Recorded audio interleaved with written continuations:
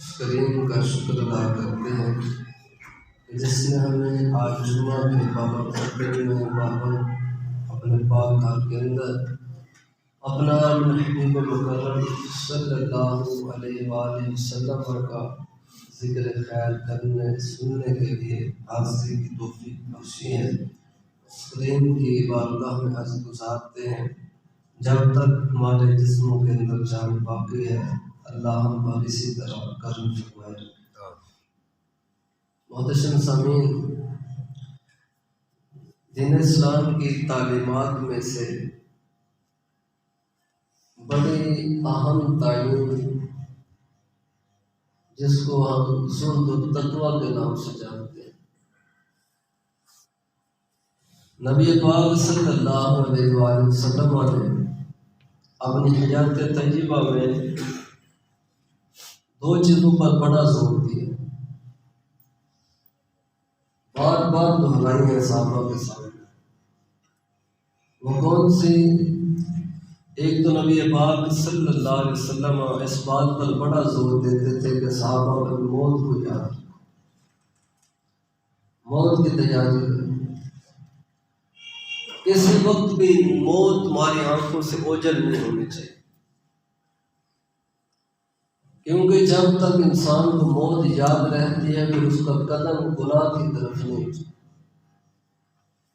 جب تک موت یاد رہتی ہے پھر ہاتھ برائی کی طرف نہیں جاتا، جب تک موت یاد ہوتی ہے پھر ہاتھ ظلم کرنے کے لیے تیار نہیں ہوتا، جب تک موت یاد رہتی ہے تب تک انسان کی زبان جھوٹ بولنے کے لیے تیار نہیں ہوتی۔ ہر لمحہ ہر قدم پر انسان سوچتا ہے ایک وقت آنا ہے میرے رب کے سامنے کھڑے۔ اس لیے نبی پاک صلی اللہ علیہ وسلم موت کی طرف بڑی توجہ صحابہ کی دلایا کرتے، اور دوسری چیز جو تھی وہ تھا زہد اور تقویٰ، کہ صحابہ تمہارے دل زائد ہونے چاہیے، دنیا کی محبت سے پاک ہونے چاہیے۔ اور تقویٰ کیا ہے کہ انسان ہر اس گناہ کو، ہر اس بات کو چھوڑ دے جس میں اللہ کی نافرمانی کا شبہ بھی، اس چیز کو، اس گناہ کو، اس برائی کو بھی چھوڑ دینا، یہ تقویٰ ہے۔ تو اگر اسلام نے صحابہ کے تقویٰ پر بڑا زور دیا۔ قرآن مجید کے اندر آتا ہے ان اکرمکم عند اللہ اتقاکم، جب کوئی شخص متقی بن جاتا ہے، تقویٰ کا پیکر بنتا ہے، پھر وہ صرف دنیا میں نہیں بلکہ اپنے رب کے ہاں بھی عزت پاتا ہے، وہاں بھی معزز ہو جاتا ہے۔ تو صحابہ کرام کو آقا علیہ الصلوۃ والسلام نے اللہ کے ہاں معزز بنانا چاہا، اپنی امت کو اللہ کے ہاں معزز بنانا چاہا، فرمایا کہ میرے امتی و تقویٰ اختیار کر۔ محتشم سامعین، نبی پاک صلی اللہ علیہ وسلم کے سارے صحابہ بڑے زاہد ہیں، متقی ہیں، پرہیزگار ہیں، لیکن ان میں سے جس کا پہلا نمبر ہے اس کا نام ابو بکر رضی اللہ تعالیٰ عنہ۔ جس طرح ابو بکر کے سخاوت کی مثال نہیں ملتی، اسی طرح ان کے زہد کی بھی مثال نہیں ملتی۔ جیسے ابو بکر بہادری میں بے مثال تھے، ایسے تقویٰ میں بھی بے مثال تھے۔ جیسے ابو بکر اللہ اس کے رسول کی محبت میں بے مثال تھے، اسی طرح عبادت میں بھی بے مثال تھے۔ جیسے ابو بکر خلافت میں بے مثال ہے، اسی طرح ابو بکر دل کے خوف اور رب کے خوف کے اعتبار سے بھی بے مثال ہے۔ صدیق اکبر رضی اللہ تعالیٰ عنہ کے بارے میں آتا ہے کہ ایک دن آپ نے دیکھا چڑیا کھیل رہی ہے درختوں پر، کبھی اس درخت پہ بیٹھتی ہے، کبھی دوسرے پہ بیٹھتی ہے، کہیں سے پھل کھا رہی ہے، کسی کے سائے میں بیٹھ رہی ہے۔ صدیق اکبر رضی اللہ تعالیٰ عنہ نے جب یہ معاملہ اس کا دیکھا تو اس چڑیا کو مخاطب کر کے کہتے ہیں، چڑیا کاش میں تیرے جیسا ہوتا کہ تو کتنی خوش نصیب ہے کہ کہ کسی درخت کا پھل کھاتے ہیں تجھے پوچھنے والا کوئی نہیں، کسی درخت کے سائے میں بیٹھتی ہے تجھے پوچھنے والا کوئی نہیں، اب سارا دن کھا پی کر کھیل کود کر تو بے حساب اپنے گھر میں چلی جائے، کوئی تجھے پوچھے گا نہیں، تو کتنی خوش نصیب ہے، کاش میں تیرے جیسا ہوتا۔ ابو بکر رضی اللہ تعالیٰ عنہ کس چیز کی طرف توجہ دلا رہے ہیں؟ یہ وہ ابو بکر ہیں کہ جن کی خلافت کو اللہ نے قرآن میں بیان کی، لیکن ابو بکر فکر مند ہے کہ یہ ابو بکر قیامت کے دن اللہ کی بارگاہ میں کھڑے ہو کر اپنی زندگی کا حساب کیسے دے گا؟ یہ ابو بکر اپنی خلافت کا حساب کیسے دے گا؟ یہ ابو بکر اپنی لی ہوئی سازشوں کا حساب کیسے دے گا؟ یہ ابو بکر اللہ کی دی ہوئی نعمتوں کا حساب کیسے دے گا؟ وہ ابو بکر ہیں جن کے بارے میں نبی پاک صلی اللہ علیہ وسلم ایک مرتبہ نہیں کئی مرتبہ کہہ چکے ہیں ابو بکر جنتی ہے، لیکن خوف خدا کا کیسا ہے، فکر آخرت ایسی ہے، کہتے ہیں کاش میں چڑیا جیسا ہوتا تو میرا حساب نہیں۔ ایک روایت کے اندر آتا ہے کہ ابو بکر اکثر یہ بھی کہا کرتے تھے، کسی درخت کو دیکھ کر اسے مخاطب کر کے کہتے کاش درخت میں تیرے جیسا ہوتا کہ جسے کاٹ دیا جاتا، درخت کاٹ دیا جاتا ہے تو ختم ہو جاتا ہے، اس کا وجود ختم ہو جاتا ہے۔ ابو بکر کہہ رہے ہیں کاش میں بھی ختم ہو جاتا کہ میرا حساب ہے۔ اتنی فکر قبر کی، اتنی فکر آخرت کی۔ صدیق اکبر رضی اللہ تعالیٰ عنہ وہ شخصیت ہے کہ جن کے بارے میں نبی پاک صلی اللہ علیہ وسلم نے صرف یہ نہیں فرمایا کہ ابو بکر جنتی ہے، بلکہ آقا فرماتے ہیں کہ جنت میں میری امتیوں میں سے جو سب سے پہلے جائے گا وہ ابو بکر، سب سے پہلے جنت میں جانے والا شخص۔ وہ کہہ رہا ہے کاش کا درخت ہوتا، بلکہ ایک جگہ کہتے ہیں کسی مومن کا بال ہوتا، بال سے حساب نہیں، کاش کسی مومن کا بال ہوتا، یا پھر اس لیے کہا کہ کسی مومن کے لڑ لگ کر میں جنت میں چلا جاتا۔ یہاں تک خوف خدا اور فکر آخرت تھی صدیق اکبر رضی اللہ عنہ۔ تو اللہ کہتا ہے اِنَّ أَكْرَمَكُمْ عِندَ اللَّهِ أَتْقَاكُمْ، کہ لوگوں تم میں سے سب سے زیادہ اللہ کے ہاں عزت والا وہ ہے جو زیادہ متقی ہے، زیادہ پرہیزگار ہے، زیادہ عابد ہے، زیادہ زاہد ہے۔ تو صدیق اکبر رضی اللہ تعالیٰ عنہ کے خوف خدا کی مثال بھی دیں گے۔ نبی پاک صلی اللہ علیہ وسلم پر قرآن نازل ہوتا ہے مَن يَعْمَلْ سُوءًا يُجْزَ بِهِ وَلَا يَجِدْ لَهُ مِن دُونِ اللَّهِ وَلِيًّا وَلَا نَصِيرًا۔ اللہ نے فرمایا کہ بھئی جو برا عمل کرے گا تو اس کا بدلہ پائے گا، اور اس کے لیے اللہ کے سوا نہ کوئی حمایتی ہوگا نہ کوئی مددگار۔ اس آیہ کریمہ کے اندر ایک لفظ استعمال ہوا کہ بھئی جو برائی کرے گا بدلہ پائے گا، بچے گا نہیں۔ یہ ایک نازل ہوتی ہے صدیق اکبر رضی اللہ عنہ نبی پاک صلی اللہ علیہ وسلم کی بارگاہ میں حاضر ہوتے ہیں۔ آقا فرماتے ہیں ابو بکر تجھے وہ آیت نہ سناؤں جو ابھی ابھی اللہ نے میری طرف نازل کی ہے؟ عرض کرتے ہیں یا رسول اللہ ارشاد فرمائیں۔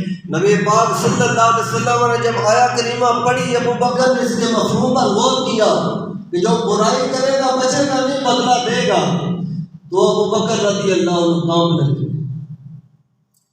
جسم درد میں مبتلا ہو گیا۔ ابو بکر کہتے ہیں کہ اس وقت میرا جسم اس قدر درد کر رہا تھا، مجھے ایسے لگتا تھا جیسے میرے کمر کی ہڈی ٹوٹ جائے گی، اس قدر میرے اوپر خوف طاری ہوا، اس قدر لرزہ طاری ہوا۔ صرف ایک لفظ مَن يَعْمَلْ سُوءًا يُجْزَ بِهِ، کہ جو برائی کرے گا بدلہ دے گا، اس لفظ میں ابو بکر اڑ گئے ہیں، اس لفظ پر پریشان ہے کہ ابو بکر اپنے اعمال کا حساب کیسے دے۔ وہ ابو بکر ہیں کہ جن کے بارے میں نبی پاک صلی اللہ علیہ وسلم نے غزوہ بدر سے جو لوٹ کر آئے تھے، آقا نے فرمایا تھا کہ بھئی جنہوں نے غزوہ بدر میں حصہ لیا ہے اب جو چاہیں کرتے رہے، اللہ نہیں پوچھے گا۔ اس جنگ کے اندر ابو بکر بھی تھے، اس بشارت کے اندر ابو بکر بھی ہیں کہ جو چاہیں کرتے رہے، اللہ پوچھے گا نہیں۔ اس کے باوجود ابو بکر ڈر رہے ہیں کہ ابو بکر اپنی زندگی کا حساب کیسے دے، ابو بکر شب و روز کا جواب کیا دے گا۔ ابو بکر اللہ کی کھائی ہوئی استعمال ہوئی نعمتوں کا حساب کیسے دے گا؟ اتنے زاہد، اتنے عابد، اتنے متقی، اتنے پرہیزگار، کہتے لذت آلی ہو گیا۔ نبی پاک صلی اللہ علیہ وسلم نے ابو بکر کا جب یہ ہاتھ دیکھا نا پھر آپ نے بشارت سنی۔ اگر اسلام فرماتے ہیں ابو بکر ڈر مت، یہ حساب تیرے لیے نہیں ہے، یہ معاملہ تیرے لیے اور تیرے ساتھیوں کے لیے نہیں ہے، تمہارے ساتھ جو بھی ہونا ہے دنیا میں ہو جائے، یہ پکڑ تو ان کے لیے ہے جو تمہارے بعد آئیں گے۔ اگر فرمایا ابو بکر تو اور تیرے ساتھی جب کل قیامت کے دن رب سے ملاقات ہوگی تو تم پر کوئی گناہ نہیں ہوگی، اللہ سارے گناہ دنیا میں دھو چکا ہوگا۔ فرمایا تمہارے بعد جو آنے والے ہیں ان کے لیے اپنی خطائیں جمع ہوتی رہتی ہیں، قیامت کے دن ان کو اپنی خطاؤں کا جواب دینا ہوگا، وہ قصور جو ظاہراً کیے ہیں ان کا جواب دینا ہوگا، جو چھپ کر کیے ہیں ان کا جواب دینا ہوگا، وہ گناہ جو دن کو کرتے رہے ان کا جواب دینا ہوگا، وہ نافرمانیاں جو راتوں کو کرتے رہے ان کا جواب دینا ہوگا۔ ابو بکر تو بلی ہے۔ تو فرمایا میں یعمل سوءا یجزا بہ، اے لوگو جو برائی کرے گا بدلہ ضرور دے گا۔ ابو بکر رضی اللہ تعالیٰ عنہ کو ایسے ہی مسلح رسول پر کھڑا نہیں کر دیا گیا، ابو بکر کے اندر خصوصیات تھی، کوالٹیاں تھی ابو بکر کی، نہیں تو ایک لفظ پر کون روتا ہے، ایک لفظ پر کون کامتا ہے، ایک لفظ پہ کون درد میں مبتلا ہو جاتا ہے۔ آج ہم تو سینکڑوں ہزاروں گناہ کرتے ہیں، ہمارے کام پر جو تک نہیں ہوتی، ہمیں پرواہ نہیں ہوتی، چھوٹے تو چھوٹے بڑے بڑے گناہ کر کے لوگ پریشان نہیں ہوتے، معاذ اللہ شراب پی کر لوگ پریشان نہیں ہوتے، بدکاری کر کے لوگ پریشان نہیں ہوتے، سود کھا کے لوگ پریشان نہیں ہوتے، لوگوں کا حق مال کے، لوگوں کے مکانوں دکانوں پر، زمینوں پر، پلاٹوں پر قبضے ڈال کے لوگ پریشان نہیں ہوتے، کچہری کے اندر جھوٹے سائن ڈال کے، جھوٹے مقدمے درج ڈال کے لوگ پریشان نہیں ہوتے۔ تو محتشم سامعین آج ہمارا یہ حال ہو چکا ہے، لیکن ابو بکر ایک لفظ پہ پریشان ہے، ابو بکر زندگی کا حساب کیسے دے گا؟ ایسے ہی آقا علیہ السلام نے اپنا خلیفہ نہیں ابو بکر کو بتایا۔ ابو بکر رضی اللہ تعالیٰ عنہ ایسے زاہد تھے، ایسے متقی تھے، ایسے پرہیزگار تھے کہ ایک مرتبہ آپ کا ایک غلام آپ کے پاس دودھ لے کر آتا ہے، ایک روایت کے اندر ہے کھانا لے کر آیا، صدیق اکبر رضی اللہ عنہ نے جلدی سے دودھ لیا اور پی لیا۔ جب دودھ پی چکے تو بعد میں غلام نے سوال کیا، جناب آج آپ نے پوچھا ہی نہیں کہ میں دودھ لایا کہاں سے ہوں، جبکہ اس سے پہلے آپ کی روٹین یہ تھی کہ جب بھی میں کوئی چیز آپ کے پاس پیش کرتا پوچھتے بھائی کہاں سے لایا ہے، حلال ہے حرام ہے، جائز طریقے سے لایا ہے کہ جائز طریقے سے لایا ہے، آپ پہلے پوچھا کرتے تھے، آج آپ نے پوچھا ہی نہیں۔ ابو بکر رضی اللہ عنہ فرماتے ہیں کہ یار آج مجھے بھوک بڑی لگی، آج بھوک میں بڑی شدت تھی اس لیے نہیں پوچھا، آپ بتاؤ کہاں سے لایا ہے؟ تو وہ عرض کرتا ہے جناب زمانہ جاہلیت میں جب ابھی میں مسلمان نہیں ہوا تھا تو حلال و حرام کی تمیز نہیں تھی، جائز و ناجائز کی تمیز نہیں تھی، صحیح غلط کی تمیز نہیں تھی، اس وقت میں منتر پڑھا کرتا تھا لوگوں کے لیے، کسی کو کوئی مسئلہ ہوتا تو میں منتر پڑھتا، اور اس منتر کے اندر شرکیہ کلمات بھی ہوتے، کفریہ کلمات بھی ہوتے، تو اس زمانے جاہلیت میں نے منتر پڑھا تھا کسی کے لیے، آج اس نے اس کا صدا بدلہ مجھے دیا ہے۔ ابو بکر رضی اللہ تعالیٰ عنہ نے جب یہ معاملہ سنا، جب دیکھا کہ یہ تو میرے لیے حلال ہی نہیں تھا، اس نے کفریہ شرکیہ منتر پڑھ کر اس کا معاوضہ دیا ہے، تو یہ تو میرے لیے حلال ہی نہیں، جائز ہی نہیں ہے۔ ابو بکر نے کیا کیا؟ ابو بکر رضی اللہ عنہ نے صرف یہ نہیں کیا کہ اللہ کے بارگاہ میں معافی مانگ لی، یا اللہ معاف کر دے، غلطی ہو گئی، نہیں جانتا تھا، انجانے میں ہو گیا ہے۔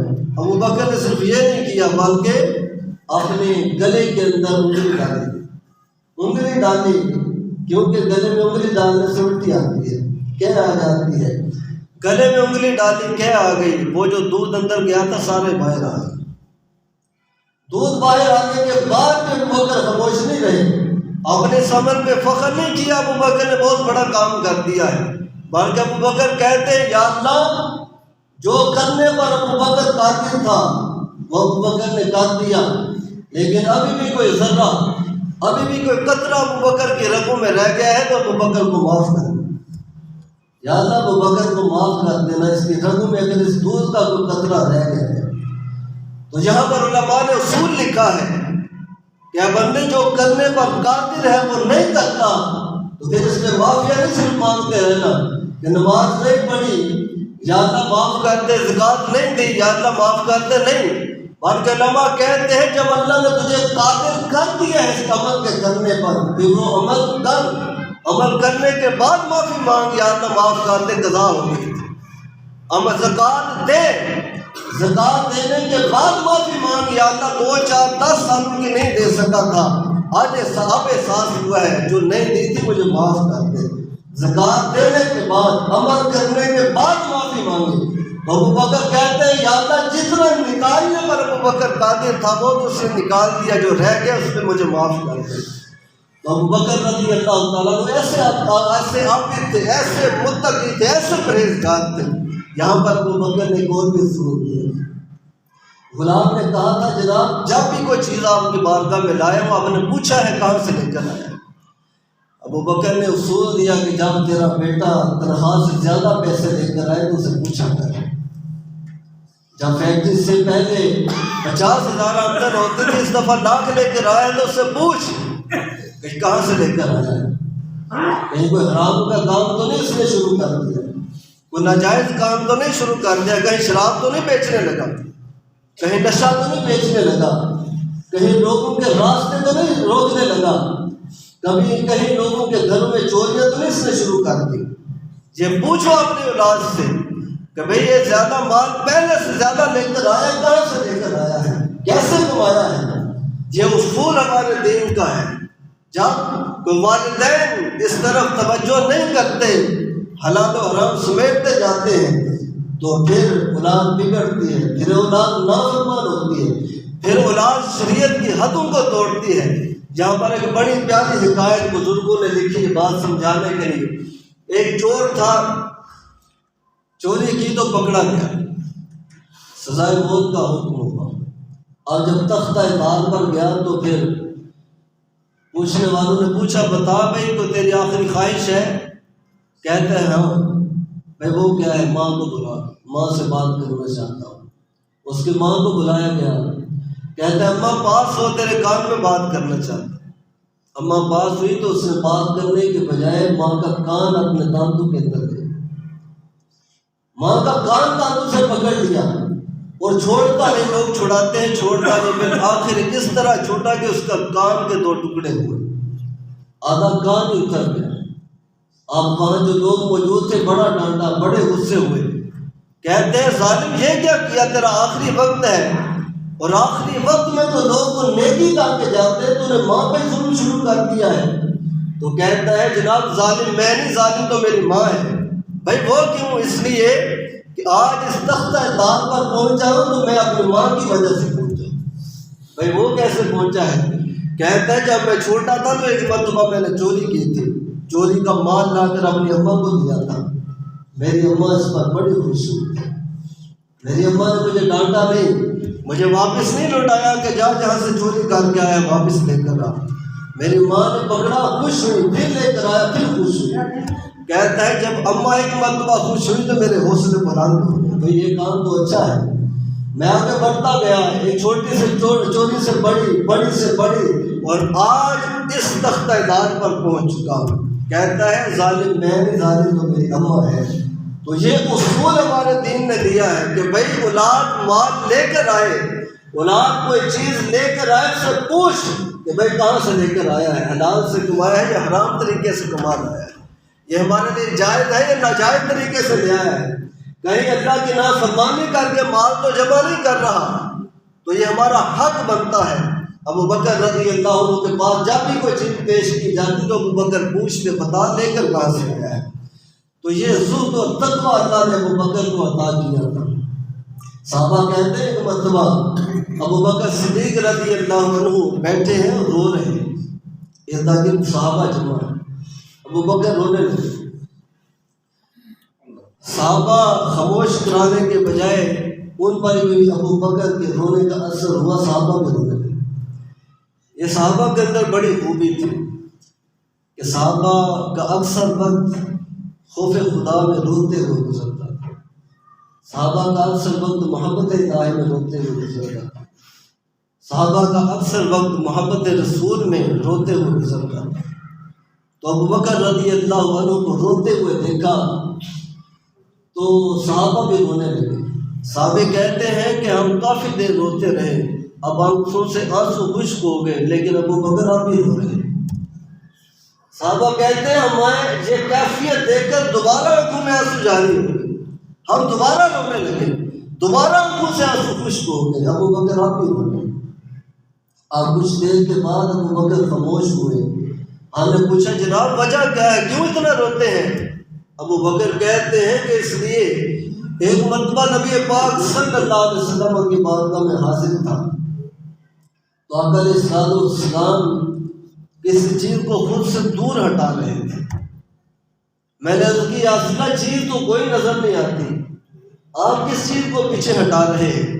نبی پاک صلی اللہ علیہ وسلم فرماتے ہیں صاحب اے ابو بکر یہ دنیا میرے قریب آنے کی کوشش کر رہی ہے، بڑے بڑے محلات میرے قریب آنے کی کوشش کر رہی ہے، بڑا مال و زر میرے قریب آنے کی کوشش کر رہی ہے، دنیا کے زمینیں میرے قریب آنے کی کوشش کر رہی ہیں، میں ان کو دور ہٹا رہا ہوں کہ دنیا مجھ سے دور ہٹ جا، دنیا مجھ سے پیچھے ہو جا۔ تو نبی پاک صلی اللہ علیہ وسلم نے فرمایا کہ اے ابو بکر دنیا مجھ سے تو پیچھے ہٹ گئی ہے، لیکن پیچھے جاتے ہوئے مجھ سے کہہ رہی ہے کہ اللہ کے رسول تو نے خود سے تو مجھے دور کر دیا ہے، لیکن تیری امت کو مجھ سے کون بچائے گا، تیری امت کو مجھ سے کون بچائے گا؟ آج وہ نبی پاک کا فرمان ابو بکر کو یاد آ رہا ہے، اور ابو بکر کس بات پہ روئے؟ ابو بکر کے پاس پانی اور شہد پیش کیا گیا کہ ابو بکر آپ خلیفہ ہیں، شہد کھا لیں، پانی پی لیں۔ اس بات پہ ابو بکر رونا شروع ہو گئے کہ ابو بکر شاید دنیا دار بن گیا۔ ابو بکر کس بات پہ دنیا دار بنے ہیں کہ آج ابو بکر شہد کھائے گا، یہ عظیم نعمت کھائے گا ابو بکر؟ ابو بکر کی رایا بھوکی ہے، پریشان ہے، اور ابو بکر یہاں بیٹھ کر شہد کھا رہا ہے۔ ابو بکر کہتے ہیں شاید کہ ابو بکر دنیا دار بن گئے ہیں۔ یہ ابو بکر کا زہد تھا، تقویٰ تھا۔ آج ہمارے پاس ساری دنیا ہے، لیکن ہم نے پھر بھی نہ سمجھا کہ ہم دنیا دار ہیں۔ آج لوگوں کے تجوریاں مال سے بھری ہوئی ہیں، پھر بھی خود کو دنیا دار نہیں سمجھتے۔ لوگوں کے بینک مال سے بھرے ہوئے ہیں، پھر بھی ہم خود کو دنیا دار نہیں سمجھتے۔ بڑے بڑے محلات، بڑی بڑی گاڑیاں ہمارے پاس موجود ہیں، پھر بھی لوگ خود کو دنیا دار نہیں سمجھتے۔ ابو بکر کے پاس شہد آیا تو خود کو دنیا دار سمجھنے لگے۔ آج ہمارے دروازے پر غریب رشتہ دار آتا ہے قرض مانگنے کے لیے، ہم اس کو خالی واپس لوٹاتے ہیں، پھر بھی ہم خود کو دنیا دار نہیں سمجھتے۔ دنیا کے اندر کتنے ہمارے گاؤں محلے میں ایسے بچے ہوتے ہیں کہ جو فیس کی وجہ سے پڑھ نہیں پاتے، یونیفارم کی وجہ سے پڑھ نہیں پاتے، اور اس سے محلے میں کوٹھیاں بھی ہیں، محلات بھی ہیں، پھر بھی لوگ خود کو دنیا دار نہیں سمجھتے۔ آج ہمارے ہاں کوئی بچہ یتیم ہوتا ہے تو پھر 100 میں سے شاید کوئی ایک ہوگا جو پڑھ سکے، وگرنہ 99% یتیم بچے نہیں پڑھ پاتے، بیٹیاں نہیں پڑھ پاتی۔ کیوں؟ کہ ان کا بوجھ اٹھانے والا ہی کوئی نہیں۔ اس محلے کے اندر اتنے امیر لوگ موجود ہیں، لیکن وہ یتیم نہیں پڑھ سکا، یتیم بیٹی نہیں پڑھ سکی، پھر بھی ہم کہتے ہیں دنیا دار ہی نہیں۔ تو ابو بکر کے پاس شہد آتا ہے تو خود کو دنیا دار سمجھا۔ ان چیزوں کی طرف بھی توجہ کرنے کی ضرورت ہے۔ تو محتشم صاحب ابو بکر صدیق رضی اللہ تعالیٰ عنہ کو اللہ نے بڑا زہد عطا فرمایا، اللہ نے بڑا تقویٰ عطا فرمایا۔ نبی پاک صلی اللہ علیہ وسلم نے 1.25 لاکھ صحابہ میں سے ایسے ہی ابو بکر کو اپنے مسلح پہ کھڑا نہیں کر دیا۔ ابو بکر کے اندر کوئی خصوصیات ہے تھی، ابو بکر کے اندر کوئی کمالات ہے تھے جو نبی پاک نے اپنے مسلح ان کو عطا کیا ہے۔ نبیوں میں سب سے افضل محمد مصطفیٰ صلی اللہ علیہ وسلم ہے، اور صحابہ اور اس امت میں سب سے افضل ابو بکر صدیق ہے رضی اللہ تعالیٰ عنہ۔ تو محتشم سامعین، ابو بکر رضی اللہ عنہ سے پیار کرنا ہے تو پھر ان کی سیرت کو بھی اپنانا ہے، ان کے زہد کو بھی اپنانا ہے، ان کے تقویٰ کو بھی اپنانا ہے۔ ابو بکر جیسے اللہ کی عبادت کیا کرتے تو اس عبادت کو بھی اختیار کرنا ہے۔ ابو بکر جو راتوں کو اٹھ کر رویا کرتے تو اس رونے کو بھی اختیار کرنا ہے۔ اللہ کی بات میں عرض کرتے ہیں کہ اللہ کریم ہمیں صدیق اکبر رضی اللہ عنہ کی محبت عطا کرے اور ان کے نقش قدم پر چلنے کے ساتھ نصیب فرمائے۔ آمین۔ وما علینا الا البلاغ۔